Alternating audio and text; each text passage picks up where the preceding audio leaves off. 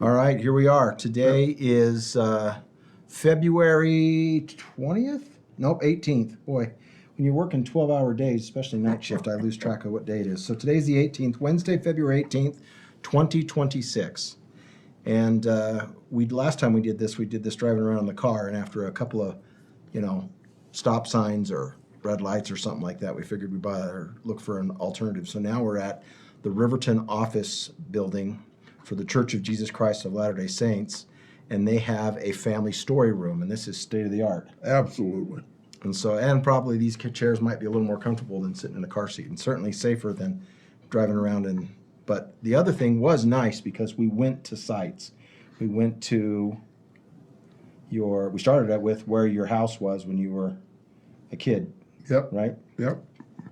We went to different places, and it was kind of fun. And we went and we ended up, the final spot we really stopped at was the old factory building from Grandpa, and that was fun. And by Grandpa, we mean your grandfather. My grandpa, right. And that would have been Nathaniel Baldwin. Mm-hmm. Yep. Yep. Yeah, the house in Bountiful, the lot, the house is gone. Yep. Didn't you say it got relocated in two parts? Yeah, they took the new part of the house that had been built just a few years previous. They moved it up to Syracuse. I've seen it since, and they just added it to the house that was up there, but I don't remember exactly where it's at anymore. But yeah. Well, your parents got that property before you were born, or after you were born, or what? Before I was born. So actually, Anna was the first one to be born there, and she was born in 1941. Okay. And they bought that property. I don't remember the exact amount, but it was very little. A shotgun and a small amount of money and something else. Dad got that property.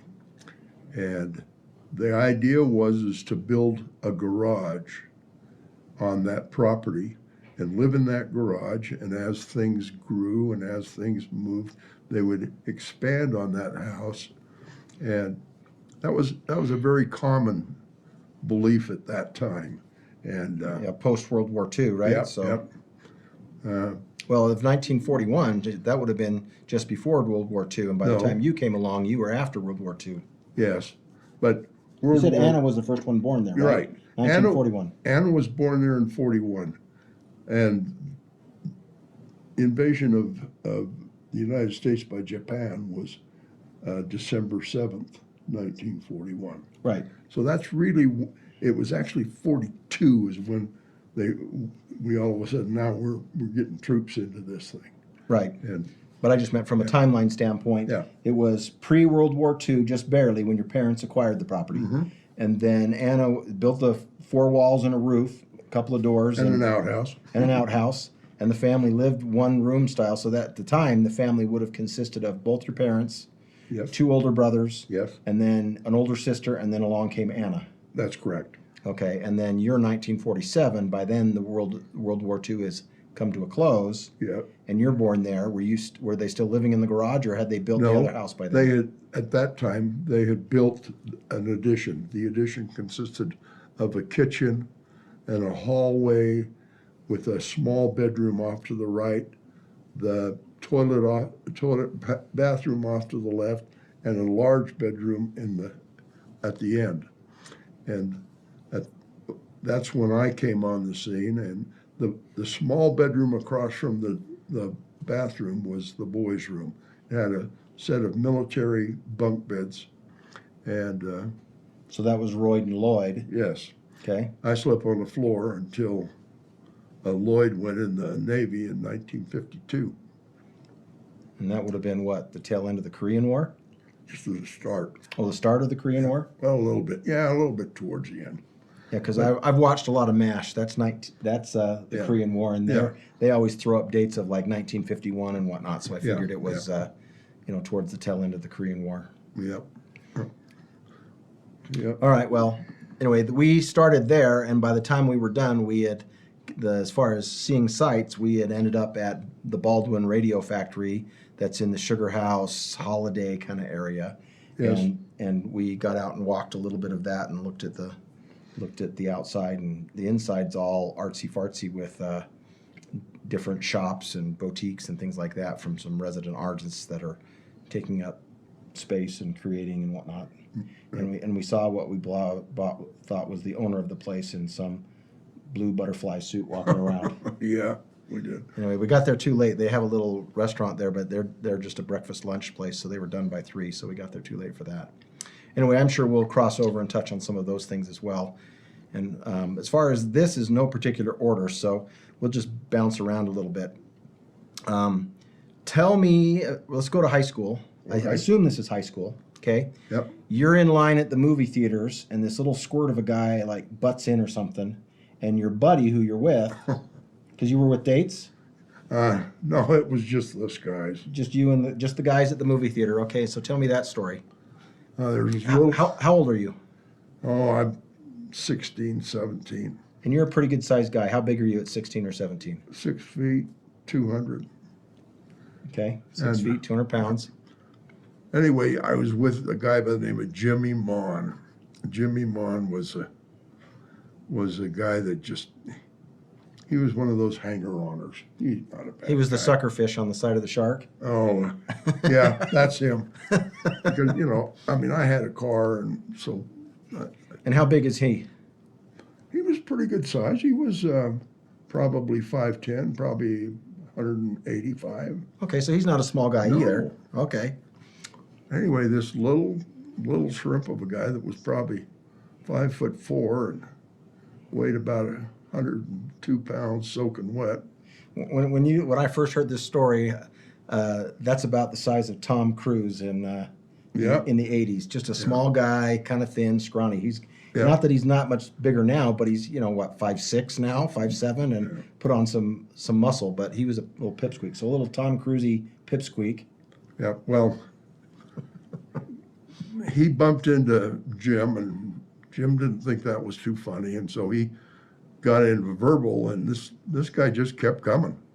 And so then we went to the movie, and then after the movie, we went to the movie at the Center Theater, which was on the corner of 3rd South and State Street.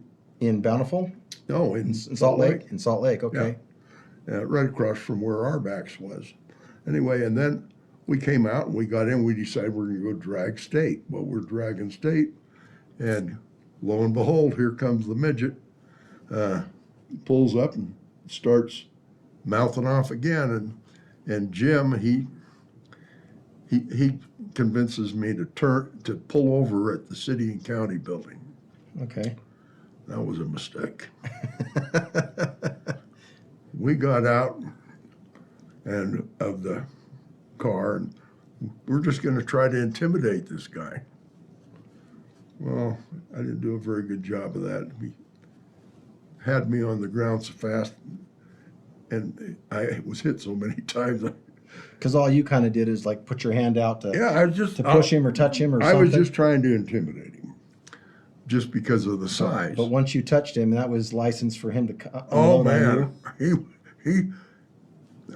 I come to find out later. Of course, we found out he was a noted black belt in karate, and he kicked my butt. That's the worst ass kicking I ever had. Was You that? got a bit of a beating that day, did you? Yep. And Jim is egging me on. Get up, get up. I said, you go talk to him. I don't want any more of that little guy. Now, is there an encore to the story? Like you see this guy later in years doing the same thing to somebody else? No, he actually made the newspapers doing it, but I luckily wasn't the victim. But Oh, so I had it in my mind that you were like out on a date and saw this guy and you just kind of backed away, go like, I'll watch him do it to another guy, and he cuts in line in front of somebody and unloads on the next poor soul. well, I did see him once, but that one's not as vivid to me. Yeah, I mean, I can give you a couple of more struggles that I had. Okay. I used to have a bad habit. At the time, there used to be a place out at Lagoon called Patio Gardens. Okay. And this is where the big names came. This is what the people that now come to the Delta Center or to the University Studio for a concert, back in those days, the big names came to Patio Gardens at Lagoon. So like Beach Boys, for example, were big during this time. Well, some that I saw Nat King Cole. I saw the Beach Boys. I saw Everly Brothers numerous times. I saw Shearing. I can't think of his first name right now. He's a piano player. I saw Liberace. I saw Johnny Mathis. I think I said that already. Well, not to sidetrack you, Yep. but how does that compare to Saltaire? Isn't that kind of the same thing? Saltaire was a venue where they'd come and play and dance and hold parties and stuff. Salt Air had died before I really became aware of Salt Air. The building was still there, but then they tore the original Salt Air down and rebuilt what you see now. That's And kind of it- Taj Mahal looking Yeah, building. Okay. Yeah. And my mother told me stories of going out to Salt Air. You'd take the train out, and they could swim, and the water was all the way up underneath Right. the Salt Air, and also they had an extremely large roller coaster there. Oh, really? A roller And- coaster. So yeah, the Saltaire predates Lagoon by quite a Yes. bit. So it's died down. Well, Okay. yeah, Lagoon actually moved. It was out on the edge of the lake too, and moved to its current. When that was before my time, but I was around when Lagoon burned down, and they Lagoon burned down or Saltaire burned down? no, both. But Lagoon burned down the roller coaster and the fun house, and they rebuilt it all back, of course. But back to Salt Air, my story about Salt Air is a story of my mother's, and that is that she went out there with a church group, and she and this church group got on the car at Salt Air, which was a much larger roller coaster than Lagoon is.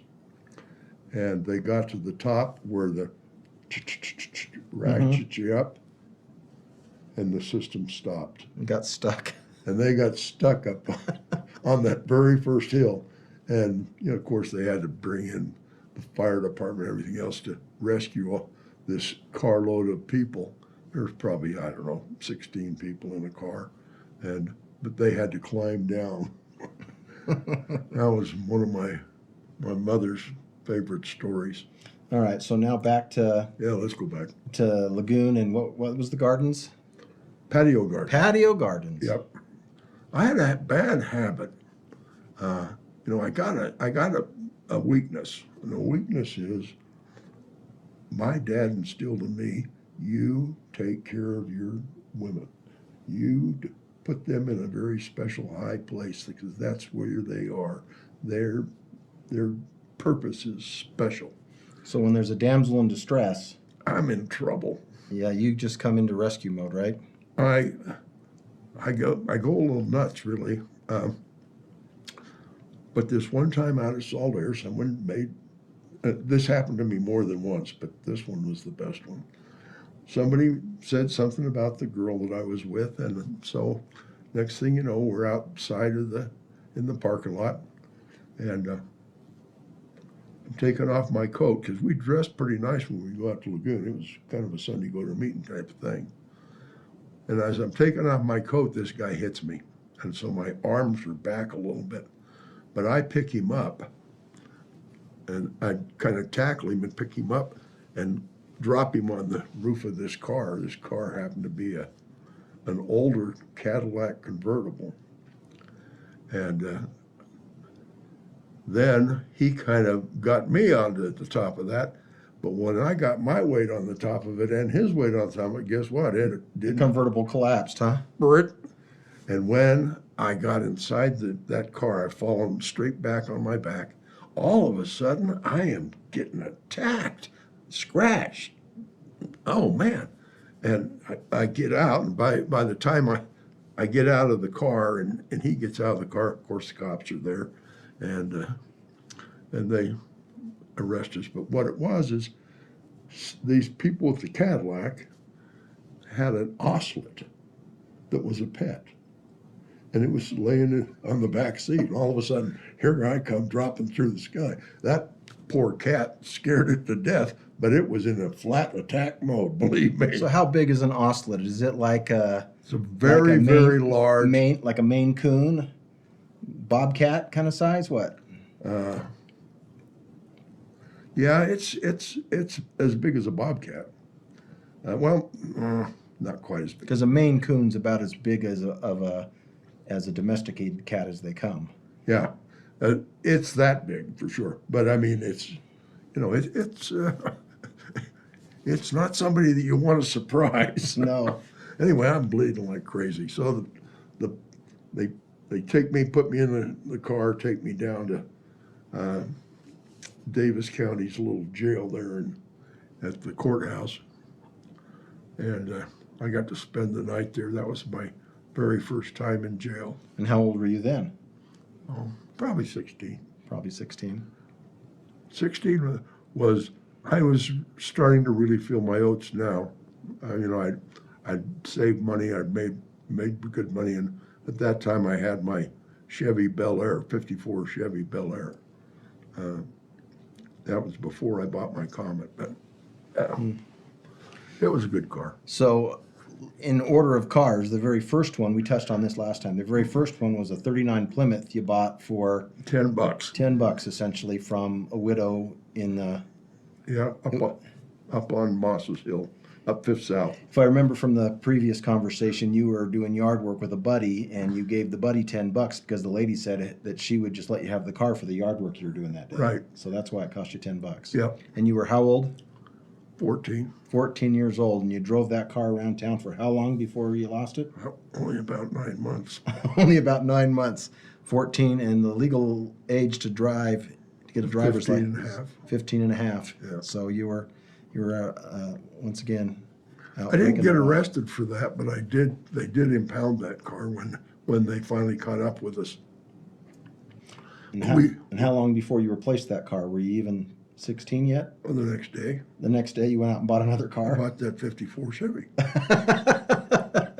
As soon as I knew I wasn't getting the Plymouth back, I had one other car in there too. It was a 50 Chevy and a coupe, and I bought it to rebuild it. I never did get it totally finished, and when I got kicked out of school, it was tore down in the shop. And so you just lost the car? Yeah, I in the shop? lost it. Turned the pink slips over to the school because you weren't Yeah. coming back for it? Yep. In fact, the men's luncheons that I put together for my class, Mm-hmm. one of the guys that comes is my old shop teacher, Shilowski, Mr. Shilowski. He's still coming to the. Yeah. So he's alive and still coming. Yeah, He still- must not have been that much older than you guys No, then. he wasn't. So, I mean, you think back when you're in high school, you thought they were old people, but they weren't. somebody in their 30s when you're 16 seems so old. Yeah, But no, they were just kids. But yeah, Schlowski was my teacher, and there was two of them, but he knew his cars. I know that, and now he loves to fish. I've never been much of a fisherman, but he comes to our meetings to find a fishing buddy. All right, let's go back to your childhood. Okay. Your dad loved to run, Oh, and you had a dog, and that dog, like if you were out playing in the neighborhood, your parents would say to the dog, "Go get," and they wanted you home. They'd tell the dog to go find you and bring you home, right? absolutely. What was the name of that dog? Rusty. Rusty the dog. And what kind of dog was he? I mean, He's just a little mutt. I had lots of dogs, but Rusty was kind of special. He was smarter than most. When I'd go to school and he had to stay home, he didn't like that. But when I'd be walking home from school that day at 3 o'clock or 3:30, whenever This it is was, elementary school, right? elementary school, when I got to the crossing of 5 Points, which is 5 streets that come together there, right by the school, Rusty'd be sitting over on Second West, which is one of those 5 Points, which was our street, sitting there waiting for me, and he'd get all excited when he'd see me. But he and I were pretty inseparable. But yeah, my mother sometimes would tell me, "Look, I'm going to need you to be home," because usually I wouldn't come home until it was dark. Mm-hmm. I mean, the home wasn't a happy place for me. So if Mom wanted me to be back early, she would keep Rusty there. And that way, when she wanted me to be home, she'd let Rusty go, and he'd find me. As soon as you saw Rusty, you knew Mom wanted you home, huh? It's time to go home. That's interesting. But we had, things were a lot more wide open. Behind our house, of course, was the railroad tracks, and on the other side of that was a very big field that went all the way from 2nd West all the way down to 5th West. There were no houses.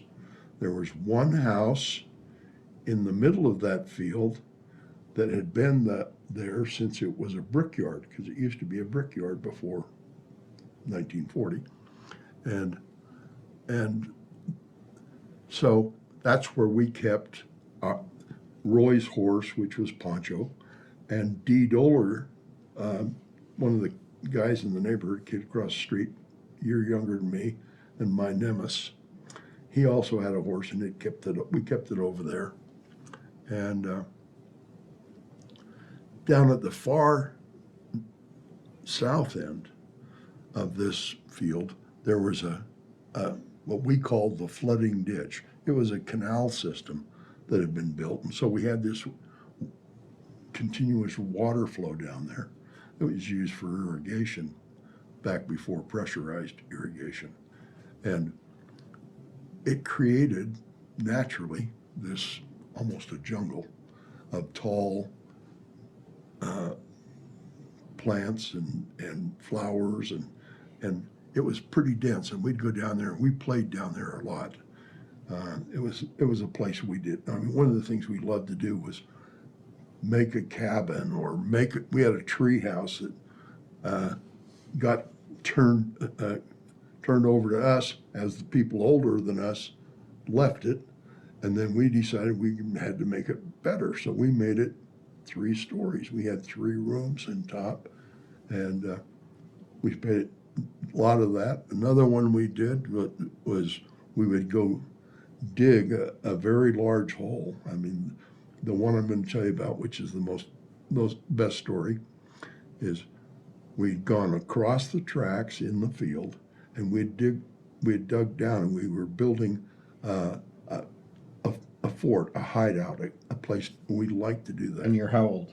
Huh? How old are you? Oh, 10. 10 years old, okay. Maybe 9, but right in there. Anyway, we're over there, and we're digging, and we're down about 4 feet, and it's about an 8-foot square. And we take a little break, and this family that lived in that one house out in the middle of the old brickyard, their name was DeLand.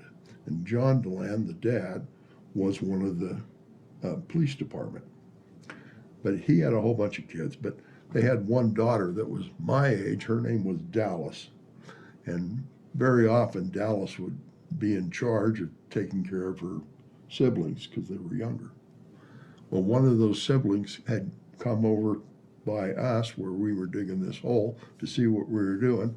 And D. Weininger, I just found this out 2 months ago. Mm-hmm. D. Weininger was the one that instigated, really, because what he did when the kids come around, he was trying to shoo the kids away, and he told this one, his name was Heber.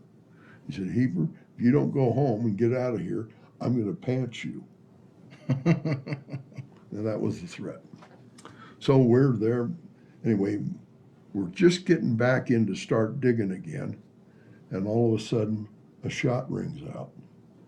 And Dennis Reynolds, the kid up the street, and he's a big, heavy-set, red-headed kid, and he grabs his butt. He got shot in the butt with a .22 caliber rifle. Dallas, who was 150 yards away with her rifle, shot. And I'm glad Dennis took it, because I was on the other side of the hole getting in, and he was on this side of the hole getting in. And his butt was right between me and that rifle, and I was happy for that. So she's coming over to scare you guys for mistreating her younger brother Heber, and she ends up shooting your buddy. Huh? Yeah, it was a fun time. Fun But- time to get shot. But this is another time that the cops get involved, of course. And so we all get summoned up to the courthouse in Farmington, and we all go in there with our parents and this judge in his robes and the whole bit. He takes each one of us individually and tells us that we're accused of being accessory to murder or attempted murder. And unless you be a really good kid, you're gonna go to jail forever.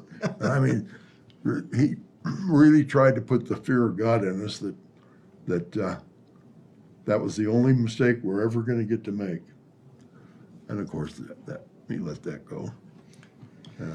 Well, we got a little off track. So Rusty the dog, your dad liked to run. This is what Yes. started it. Okay. Your dad liked to run, and so he took Rusty as a partner. Sometimes other times he took other dogs, but Rusty was willing if he wanted to go. And Dad would go usually 10 miles virtually every day of my life. He went running. And when he'd go with Rusty, many times Rusty would give out and he'd have to carry Rusty home because his poor little Rusty was just pooped.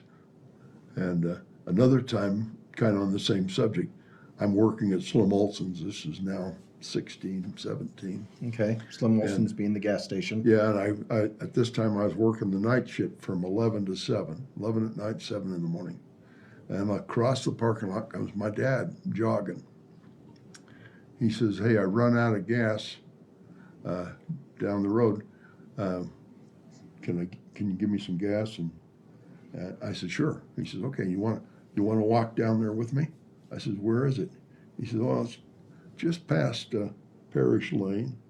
Parish Lane's in Centerville." I said, "No." And I said, Here's a gas can. yeah, here's a gas can." And I jumped in the Slim Olson's truck and put him in it, drove him out and dropped him off at the can and went back to work. But, yeah. No, Dad loved it. And because of my animosity with him through the years, if Dad liked it, I didn't. And that was a mistake. That was a mistake for me. And I feel bad about that. And one of these days I'm going to get to, when he has complete knowledge and I have complete knowledge, he'll know the truth and maybe we can be friends. You're talking about in the next life, huh? Yeah. Well, that's the only way. I can't see him anymore. Right, yeah, because he passed away in Yeah. Oh. 1977. Yep, July 7th, 1977. All sevens, huh? Yep. July, 7th month, 7th day, 77 year. Yep, he died over at Roy's house. Yeah, for some reason I had it in my head. I mean, he was visiting, right? Mm-hmm. And so he had spent some time at our house, He had the day before. and then he went over to Roy's house. Yep. And that's where he passed away. For some reason, I thought he had passed away at our house, No, but he was over at Roy's. no, it was over at Roy's. And he'd just come back from his 10-mile run. Yeah, yeah, that's, yeah. I think we covered that in the last session about how he just came back from the run, said he wasn't feeling well, laid down on the floor in the room and let out a big breath and was gone. Yep. Mom said he convulsed one time and he was gone. Yep. All right, let's see here. How about your broken tailbone? Oh, What grade were you at? I wasn't in the grade. Well, I broke it twice, you know. Oh. In 8th grade, that's the one you're probably thinking Yep. about. 8th grade, Mr. Bruff was the shop teacher. And And by shop, we're talking wood shop? wood shop. Okay. And that was the year that I made the little music stand. I called it it was made to hold a TV and stuff out of mahogany, and it was terrible. But anyway, for some reason, I wasn't in that class. His class was going on, and I went into the class. And it was disruptive. I didn't mean to disrupt it, but I was just, whatever it was I was doing. But he yelled at me to get out of the class, and I I didn't say anything mean, but I said, I'm just here to get whatever I was there to get. And he spun me around and kicked me in the butt, and it broke my tailbone. And anyway, it was. So he was kicking you out the door, like, get out of class? Yeah. For some reason, I thought he grabbed you by your coat and your pants and tossed you out the door and you landed on your tailbone. No, he kicked me in the butt. Oh, he is? No. And that year, or after that, to recuperate, it was right at the end of the school year, Dad and Mom sent me down to California, and I stayed with a guy who was a physical therapist. His name was Bill. I'll think of it in a minute. Anyway, he was a friend of your Uncle Lloyd, my brother Lloyd. And Lloyd's about 13 years your senior, right? Yep. Okay. Anyway, he had property up at Clear Lake in Northern California, which is a really nifty lake. I spent that summer up there convalescing and getting over that. And then when I came back, it was always a problem, but it never really was good. But then later, I'm down in Visalia, California, doing the recruiting training that I was doing back then.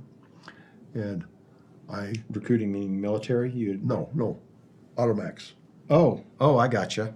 So this is now okay, I gotcha. Yeah, it's quite a bit later. But anyway, I have my car with me, and I need to have it serviced. So I take it over to the service department of the store that I'm working for and put it in to have it serviced, and they give me a ride back in the shuttle. Well, the shuttle was a Ford little van, Aerostar or something like that.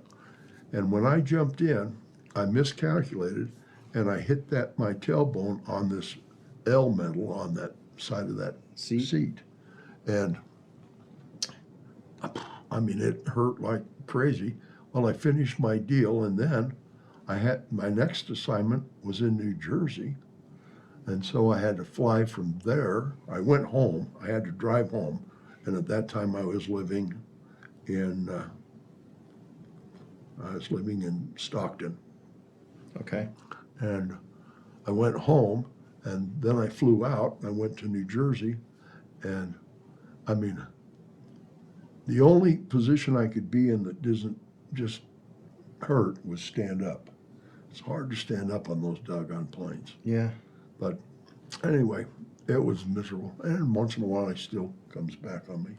I remember the family going to Manteca, which I think is closed at this point. Yeah. But that would have been predate places like Raging Water. It was a water park in California. And they had this big tower that you'd carry this little plasticky sled type thing up, and then you'd slide down like a roller coaster, and then skim across the water. Yep. You did that about 2 times, maybe 3 at most, and you said, I got to stop. This is not nice on my tailbone. And that's when you shared with me that you had broken your tailbone in your youth. Yeah. But I was 12 at most. Yeah. So, and you were what, 24 when I was born? So if I was 12 and you were 24 when I was born, that would have put you in your 30s. Yeah. Sometime. And anyway, all right, back to high school. I assume that's when this was. You were in a band. Oh, yeah. Tell me about that. Well, I'm going to tie this a little bit different. Okay. When I was a kid, I wasn't the most popular kid. I didn't get invited to a lot of things. And Think that was because of your economic status? I mean, your family was pretty poor, right? oh yeah, that was part of it maybe. But anyway, I wasn't a real popular kid. I had some real popular friends. Some of them opened doors for me, like Dee Weiniger. But I tell the joke, even to this day, I use this as the reason. As when I couldn't get any friends, my mom tied a bone around my neck so the dog would play with me. From that, I learned this. that if you want to have friends, you have to initiate it. You have to be an initiator. You have to be able to reach out and say, welcome. So all my life, I was the ringleader. I was the guy that said, let's build the 3-story out of the 1-story treehouse. And it was my dad's tools that we used to do that. And I used to get in trouble for his tools. But when we were building I would always be one of the instigators to do things. I created things. I'm the one that said, let's put it together. Let's walk up North Canyon. Let's go up to Calder's cabin and spend the weekend.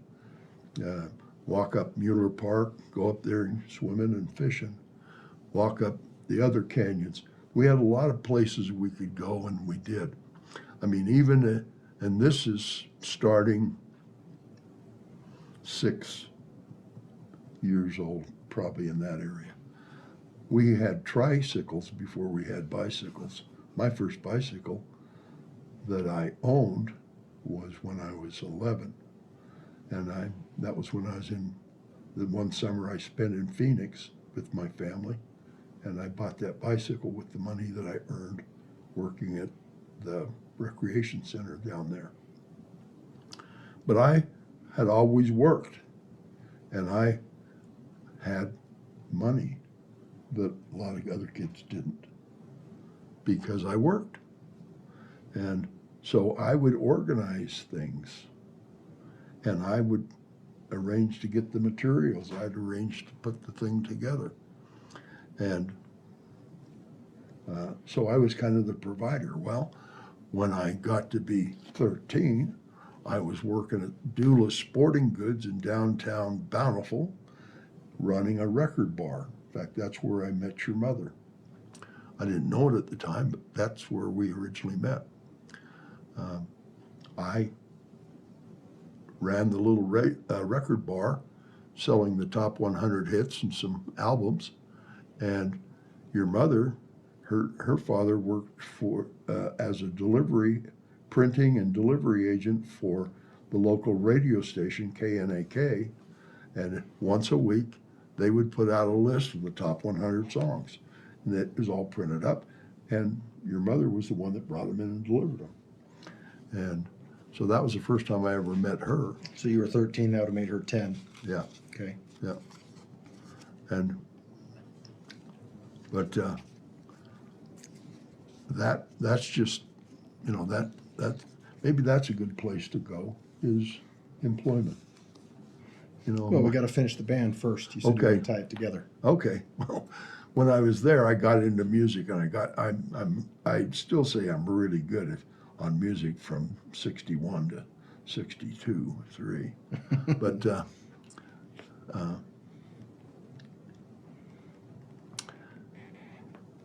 I had no musical talent. I always liked singing. I was in the choirs. I was in the choirs in junior high. I was in the boys choir when I was a sophomore. So you started this band. You don't play any instruments? No, I play the radio. Yeah, that's right. No, I don't. They tried to teach me to play the bass, and I actually did play a little bass on Louie Louie, which was one of the songs we did. But I was not a musician. But what I was is I had a car and a way to transport the guys around and the equipment, and I went out and hustled the gigs. How old were you? That was sophomore year.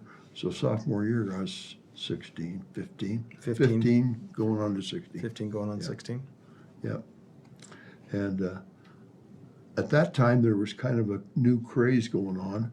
That a brand new radio station came to town called KCPX that was trying to take away from KNAC, who had owned it forever.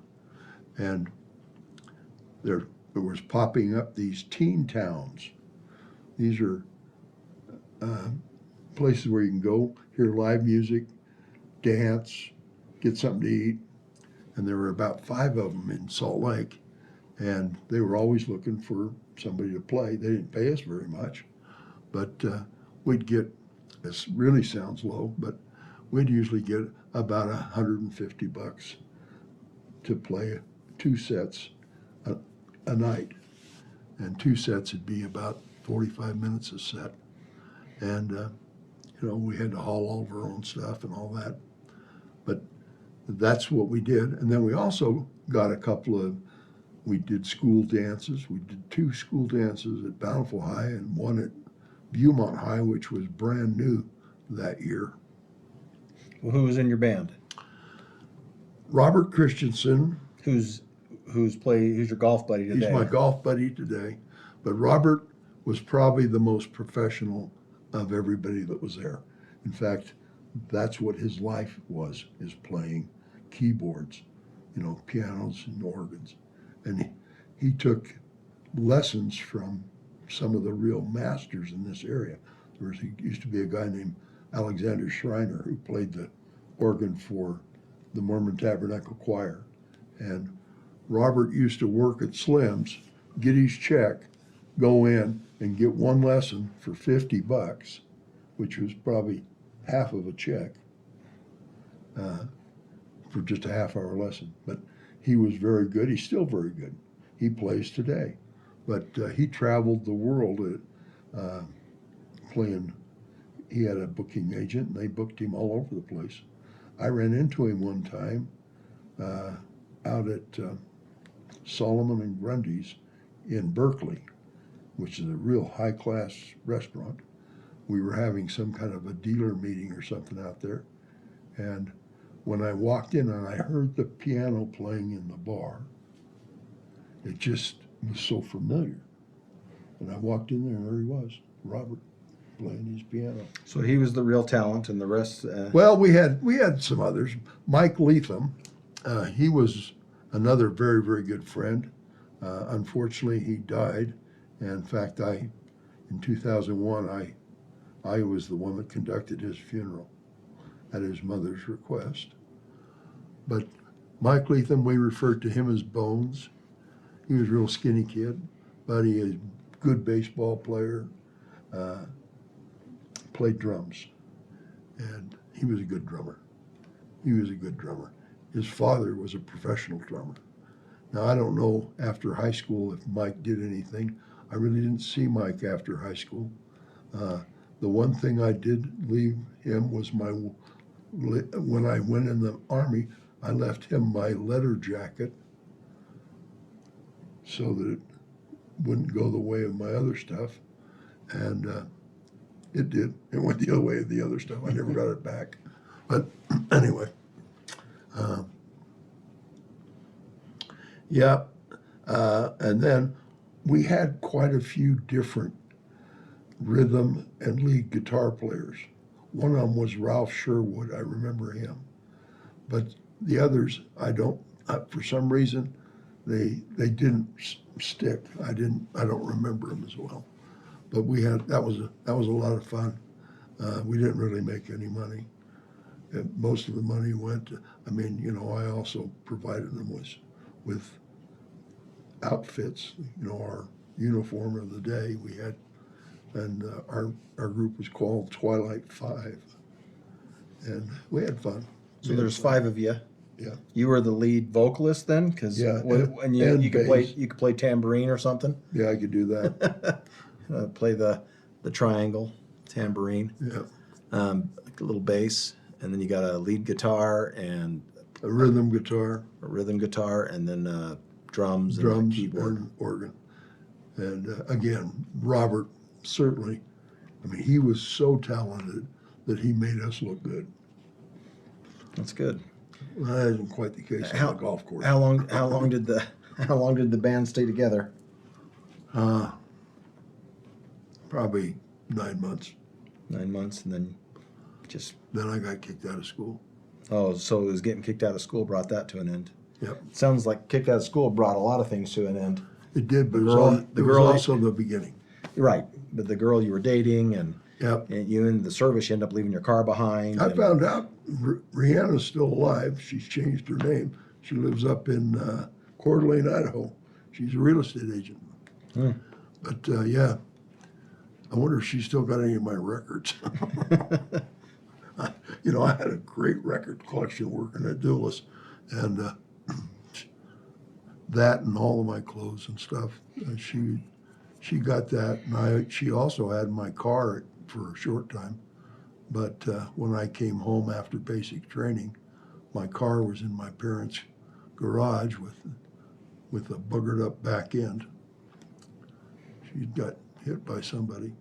All right, so what about the pizza restaurant?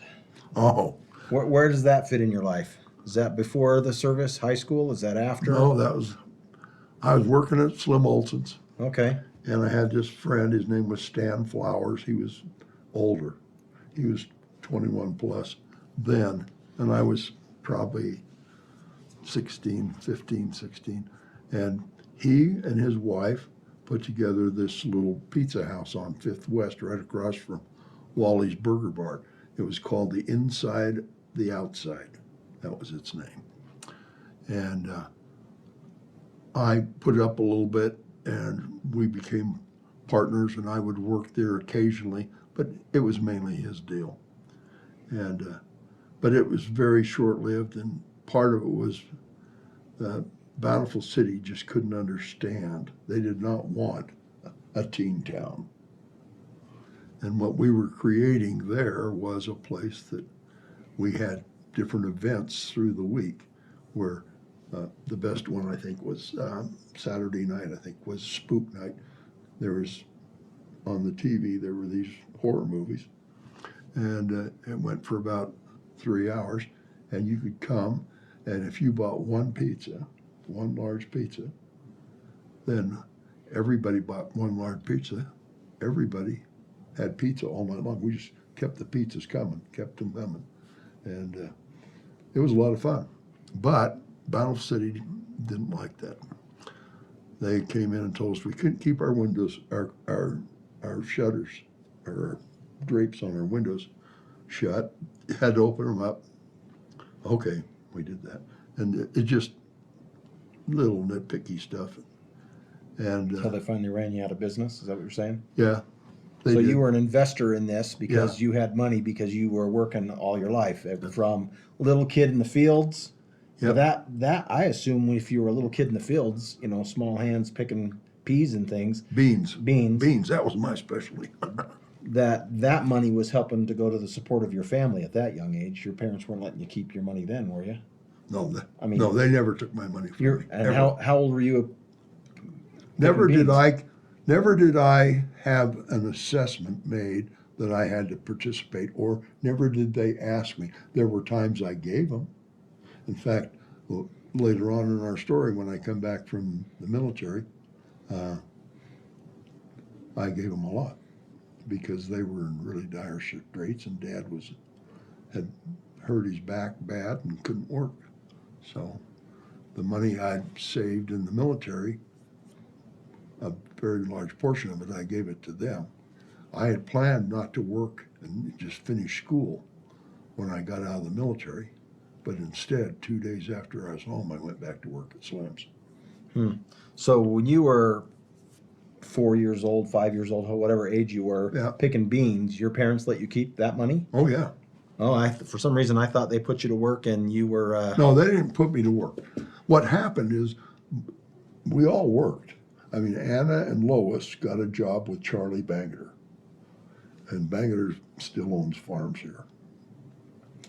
And I could either stay home or I could go with my sisters. If I go with my sisters, otherwise I'm going to stay home and be with my mother tending all these kids, because she She ran her own little daycare out of the house, right? Yeah. And there were lots of them. So anyway, I tagged along. Well, when I was tagged along, Charlie Bangeter kind of took a shine to me, and so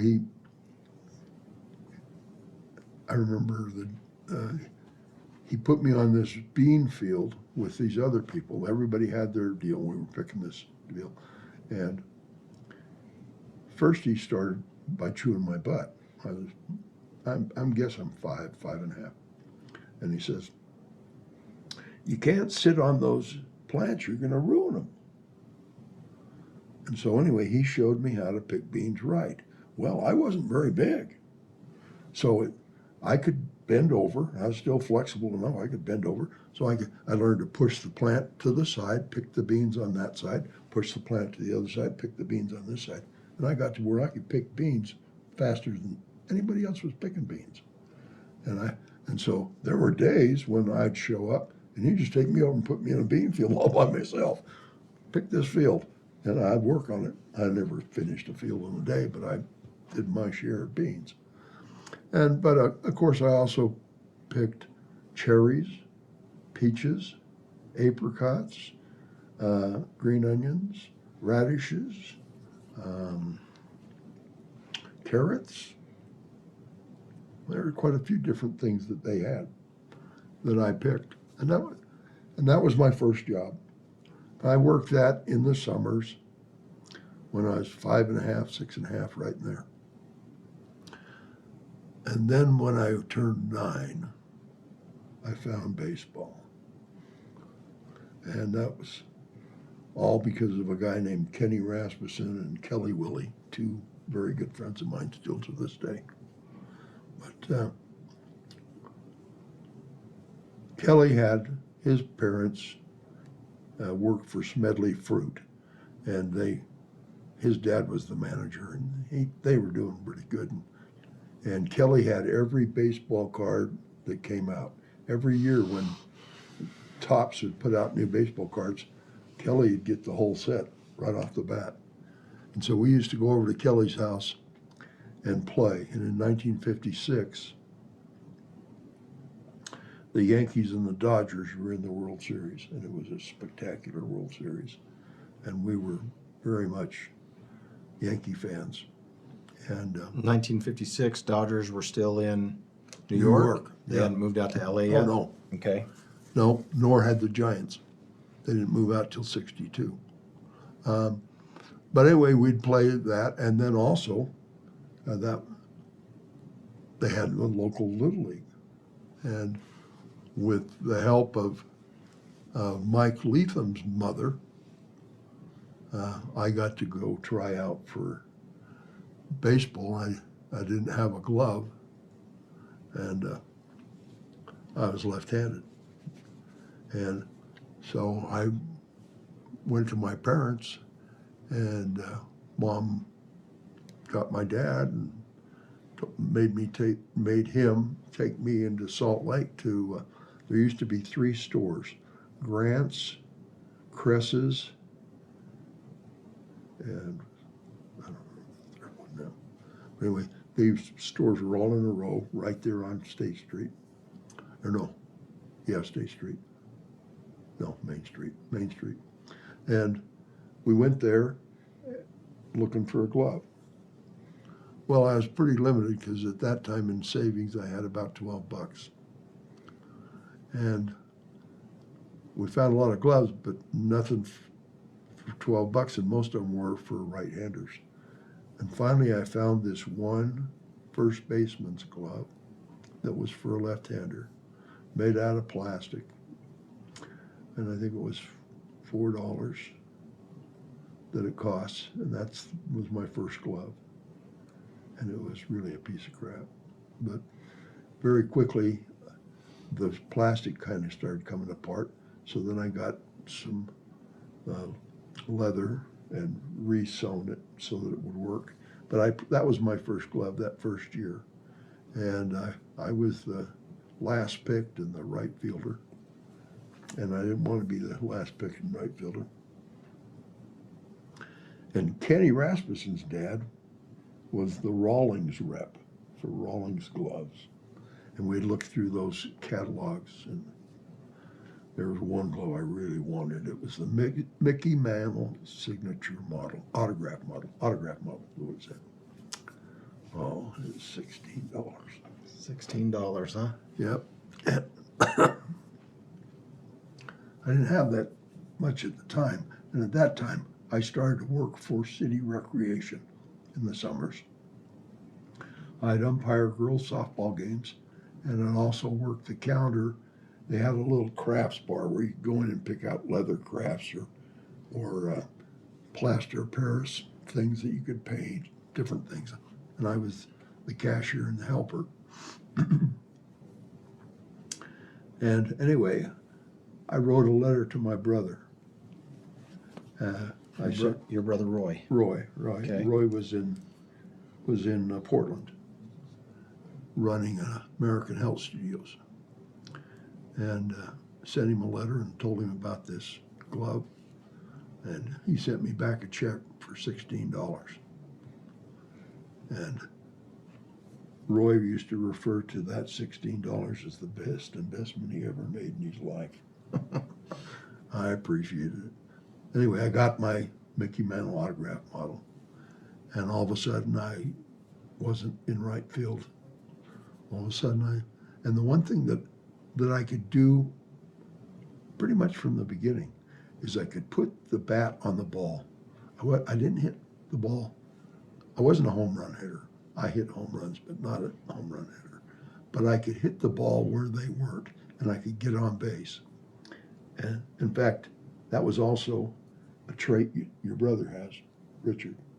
Richard didn't hit home runs, but he was on base. And baseball became very big. I mean, a typical day for me from 9 until we went to Phoenix when I was 11. I'd get up in the morning and do my chores. And chores meant feed the animals and pick up and do the garbage. And when I say pick up, that's picking up around the yard. And when I got it done, I'd go find my dad, and my dad would come out and inspect it. I never, ever, ever, ever, ever had him approve it the first time. There's always something else he. Always something, I got to do it again. And so I did. But then I'd finally get the release, and when I did, I'm gone. And I'd go over to the schoolyard, and I'd usually get there before anybody else. And I had a glove, and I had my ball, and they had these backboards that people could practice tennis with. And I would throw that ball against that backboard and field it, throw it and field it, until some players started showing up. And when the kids would start coming to the playground, the first thing we did, we'd play catch. Then when we got to be 3 of us, well, 3 was still playing catch. 4, now we played a game that we created called Over the Line. Number 1 was the batter, and the other 3 were out in the field. And the batter would hit the ball, and then he'd run. And they would have to field the ball and get the ball in and either throw it into the infield, which would stop you where you're at, and if you're not on a base, then you'd be out.